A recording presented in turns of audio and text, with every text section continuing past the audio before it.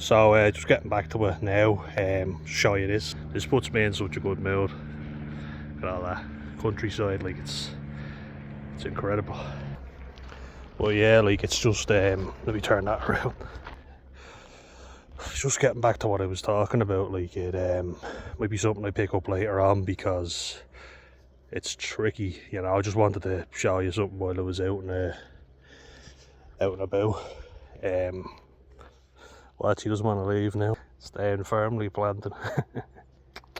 Good lad. Yeah. Yeah. He's the real boss. Well, I guess that shows you who the real boss is, doesn't it? Well, yeah, just taking a little walk out today and in a much better space, you know. So I think it's important to stay well. Halloween's always a time of year now where I just feel like, oh, fuck's sake, can it just be Christmas already, you know? Definitely just feel a lot less enjoyment around Halloween now because I'm trying to stay off the drink, but it's tough. It is very tough. And getting that diagnosis and getting back to it, while I was down at the beach, I was talking about just, you know, like as a young fella, especially not having people basically like cousins or whatever looking out for you. You kind of give the women in your family a free pass. It's kind of like the physical stuff is up to the men, and they all just said like, you're a big lad, deal with it yourself. And I took that personally and then internalised everything, you know. And then I saw like, oh yeah, you know, I just need to be tougher. I can't be relying on them for everything. But a lot of times, like, particularly what my dad will do is he's good with money. He always gives me money and stuff like that if I need it. Not that I ask for it, you know. Like I say, I've worked since I was 15 and kind of just had that sense of earn your own shit and be self-reliant. This fella does not want to go any further, look. Problem is, Alf, we have to get home now. He's a great fella, he really is, but he does not like being told what to do, put it that way. Good lad. Just having a little sniff around, ain't you? Yeah, good boy. Hopefully get a few more videos featuring Alfie in them. But it's a very lonely fucking place to be in. And then getting this diagnosis was like, how do I bring that up with family members? Because it's like, trauma is related to it. Do you know what I mean? So, you're going to touch some nerves when you bring it up with your mum. My dad just wouldn't even know what it was, and I'd be wasting my breath talking to him about it. I know he just wouldn't take it in. I'd probably have to bring it up again and he'd be like, what's that? And you'd be there thinking, I'm not going to even waste my energy. You know, I know what I can't talk to him about, but it's kind of annoying, because like I say with you, I'm trying to get back on track, but when that neighbour, like when all their cousins would come over, and it wasn't just him, let me tell you, but happened quite a bit. You know, the little fella picking on the big lad thinking he's brave, and then you do anything, oh, I'll get my older brother after you, I'll get my cousins after you. And I didn't have that. I couldn't do that because I just didn't have anyone in my corner, and it's a shitty place to be in. Now I look at all these lads and I laugh. It'd be like, be a man, do it yourself. Back then, like, it's just look at a draw. We're basically just me and my brother left to our own devices. Look after yourself. And yeah, I didn't own up to that because I didn't look out for him in the early years. And you know, and I'd have meltdowns, or I don't know if you'd call it borderline rage now that I know I have the traits, but or I suppose emotionally unstable rage as it is now.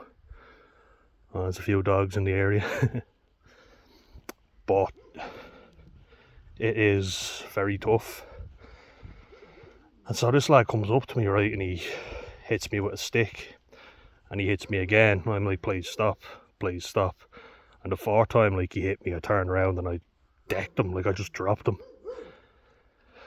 and knocked him to the ground, and I just started beating the shit out of him, you know, and then he hit me, he got an arm free and hit me with the stick again. And I remember standing up and kicking him in the face.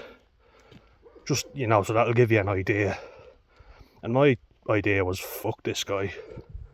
I'm going to kill him.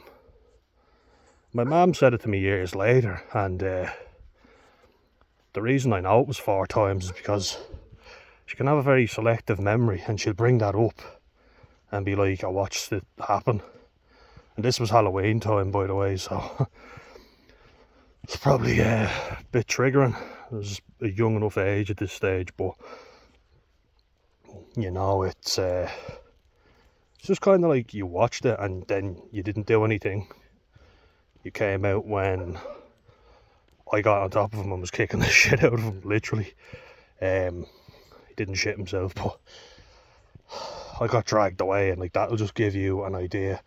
I wasn't allowed to go out that night, and upset me a lot, and I just blamed myself. Oh, I'm in trouble again, I've done something wrong.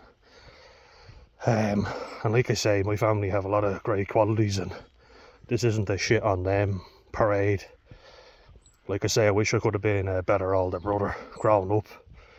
But then, like, if I'm going to cut them slack, I'm going to cut myself some slack and be like, how fuck all social skills as a kid.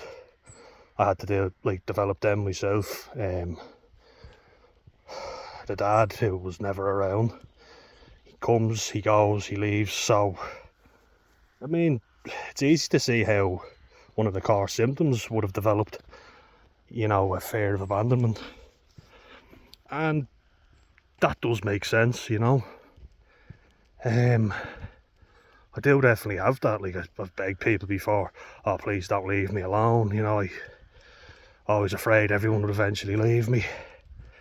That has happened, you know. It's difficult as a man, because you're supposed to be the strong one, you know. You're not the one crying saying please don't leave, but it's the same, you know.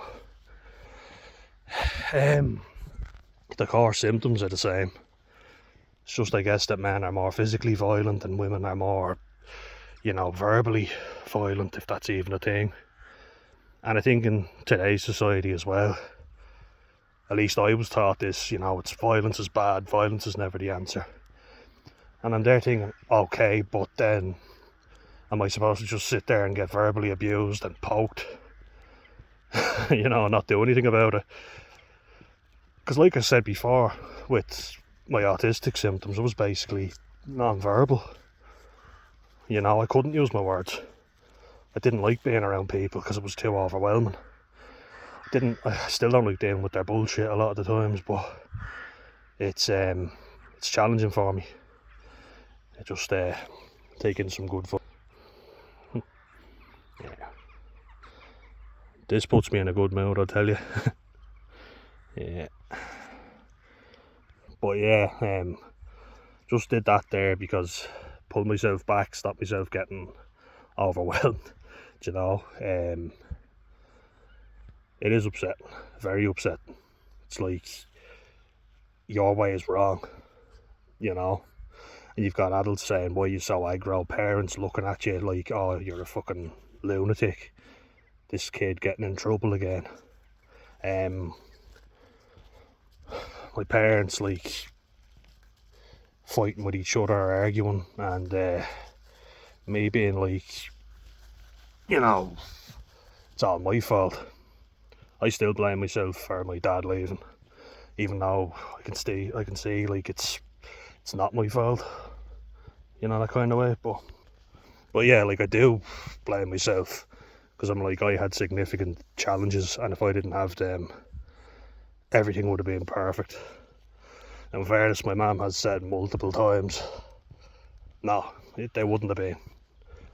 It just wasn't going to ever work.